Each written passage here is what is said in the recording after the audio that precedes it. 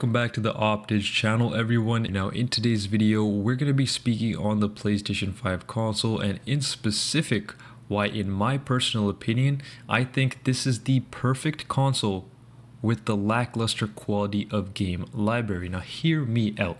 Since the PS5's release back in 2020, it has been praised for its cutting-edge hardware and impressive capabilities. From its lightning-fast load times to stunning graphics, Sony has truly delivered on their next-gen experience promise. However, there is a lingering concern, for me at least, and a lot of people I know, that where are their exclusive standout games? But before we delve into that, let's talk about how the gaming industry has evolved since the pandemic, of course. Now, after 2020, many studios shift their focus from going into the quality side of things and prioritizing a lot more quality games to shifting it to like just quality free, or quantity I should say, free to play games, or quantity indie titles, or something that are low budget games that are just rinse and repeat on the same engine. Now I do understand that there was a lot of layoffs, a lot of like game developers working from home, and a lot of different things that come into play, but even now, 4 years down the line, none of that has changed for the industry in specific.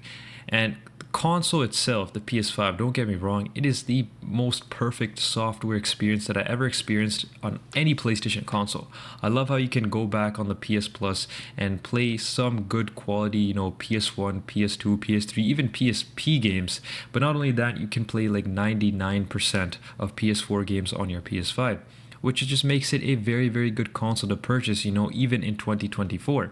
If you're getting into gaming or you just want to revisit a lot of older titles, this is the perfect console for its price. For $500, Sony is actually losing money on selling these consoles, but with their PlayStation Plus and their PlayStation Store purchases and subscriptions from their user base, they get a lot of money to suffice to keep going and putting out these consoles and supporting the PlayStation in general. But as someone who's grown up with playing classics like GTA San Andreas, Jak and Daxter, Call of Duty 4, I can't help but feel a little bit nostalgic these days for those games and those game studios that were once focused on making quality, memorable, replayable experiences. I could still go back and play a lot of these story mode games and a lot of these multiplayer games and still have a lot of fun.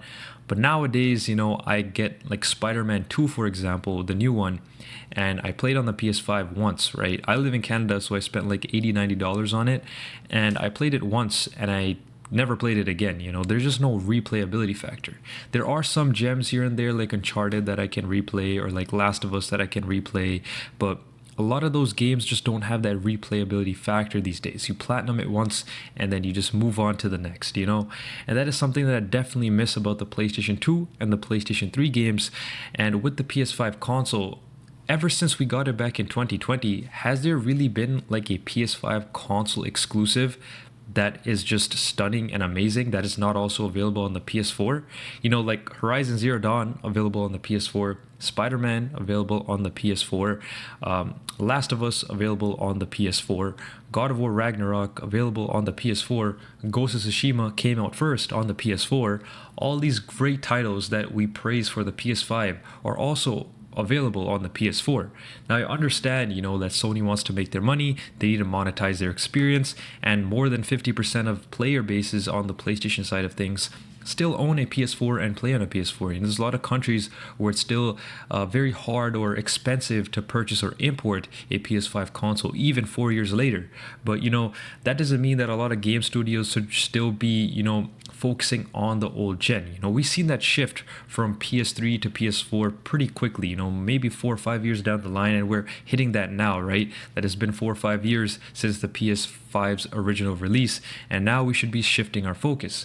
Now, I talked about this previously, how the Black Ops and Call of Duty Activision, how the new Black Ops 6 will be available for the PS4 and the PS5 consoles, similar to the Xbox One and Xbox Series consoles. But what that does, in my opinion, is that they focus a lot on optimizing these games for both generations, that they lose that quality factor, that wow factor, that what the PS5 hardware is actually capable of. You know, they're so fast, they're so optimized, they're graphically insane. You know, they're very, very good consoles for the money, and they very much compete with a lot of high-end PC hardware as well. So even these games, like, they have to submit to some different factors. For example, like if you're making a camping experience that has so many different explosions and stuff for the PS5, some PS4s just can't handle that, right? So they'll have to minimize that. That's what I mean by, you know, focusing on one generation and keeping that quality. That's what they should be doing now, and we're yet to see that, just because of the financial point of view, that they're losing out on the PS4 whole generation of players. But, you know, let's take a look at the most played PS5 games to this day. Fortnite, Warzone, Minecraft, Far Cry, Red Dead Redemption, and Black Ops 3. All of these games available on the PS4 as well as on the PS5, but they're the most played games on the PS5 today, as of July 2024.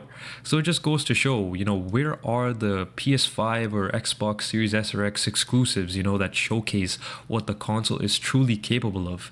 You know, that's just my opinion, and I just wanted to spew that, maybe go on a little rant, but it is what it is. You know, I just miss those PS3, PS2 days where I could just pop in a disc, replay them, and have a lot of fun and really experience truly the console hardware.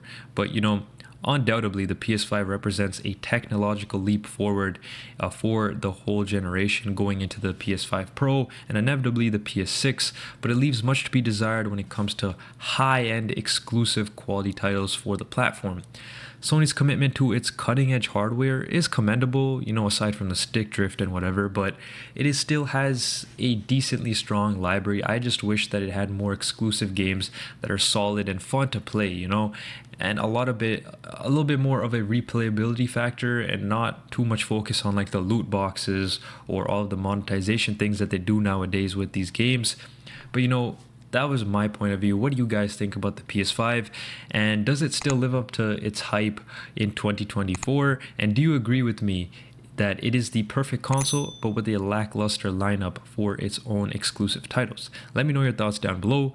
Don't forget to like this video if you did. Go ahead and like it. Subscribe and turn on notifications if you want to stay tuned for more videos like this. Check out my previous videos as well on my channel.